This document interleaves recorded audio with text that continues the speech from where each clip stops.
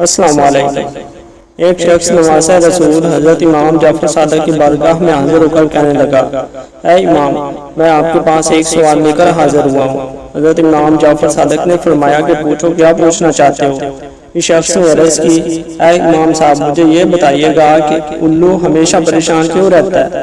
یہ ہمیشہ ویران جگہوں پر رہنا ہی کیوں پسند کرتا ہے؟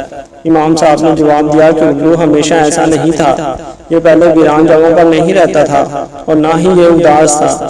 یہ پرندہ آقا دو جہاں حضرت محمد صلی اللہ علیہ وسلم کی آل سے محبت کرنے والا پرندہ تھا۔ جب سے کربلا کا واقعہ پیش آیا ہے تب سے اس پرندے نے ویران جگہوں پر رہنا شروع کر دیا ہے۔ جب انہوں نے دیکھا کہ میرے جد امجد حضرت امام حسین اپنے قافلے کے ساتھ میدان کربلا میں تشریف فرما ہے تو یہ پرندہ 9 محرم کی رات کو میدان کربلا کے میدان میں پہنچ گیا۔ وہاں پہنچ کر اس پرندے نے حضرت امام حسین علیہ السلام سے عرض کیا، اے نواسہ رسول، آپ مجھے حکم دیں تو میں بھی ابھی الوؤں کی فوج لے کر آ جاتا ہوں اور ہم آپ کے ساتھ مل کر لڑیں گے۔ الو کی بات سن کر امام حسین علیہ السلام نے الو کو کہا کہ اے پرندے، یہاں میدان کربلا جو کچھ کل ہونے والا ہے، آپ اس واقعہ کو ساری زندگی بھول نہیں پاؤ گے۔ تم سے یہ واقعہ برداشت نہیں ہوگا، تم یہاں سے چلے جاؤ، میں اللہ کی رضا پر راضی ہوں۔ حضرت امام حسین علیہ السلام کی زبان مبارک سے یہ الفاظ سن کر الو بہت ہی پریشان ہو گیا۔ پرندے نے امام حسین علیہ السلام سے بار بار یہ ضد کی کہ میں یہاں سے نہیں جاؤں گا۔ الو کے بار بار ضد کرنے پر امام حسین علیہ السلام نے اس الو کو میدان کربلا میں رکنے کی اجازت دے دی۔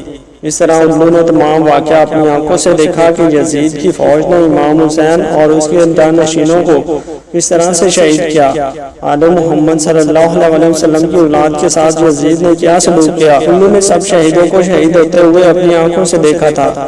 جب شہیدوں اور حضرت امام حسین علیہ السلام کے سر مبارک کو بدن سے جدا ہوتے دیکھا، حضرت محمد صلی اللہ علیہ وسلم کی آل پر یزیدی فوج کا ظلم اپنی آنکھوں سے دیکھا تھا۔ کس طرح سے امام حسین علیہ السلام نے سر مبارک کو بدن سے جدا کیا، کس طرح سے انہوں نے امام حسین علیہ السلام کے جسم مبارک کو اذیتیں دی۔ جب یہ سب کچھ ہو رہا تھا تو الو یہ سب کچھ دیکھ رہا تھا۔ یہ سب واقعہ دیکھنے کے بعد الو کے دل و دماغ پر انسانوں کے لیے نفرت پیدا ہو گئی۔ الو نے یہ واقعہ آ کر اپنے تمام خاندان کو سنایا۔ اس کے بعد الو کے دل میں انسانوں کے لیے نفرت کے سوا کچھ نہ رہا۔ یہی وجہ ہے کہ الو نے اپنے آپ کو انسانوں سے دور کر لیا ہے، جہاں پر انسان اس کو دیکھ بھی نہ سکے۔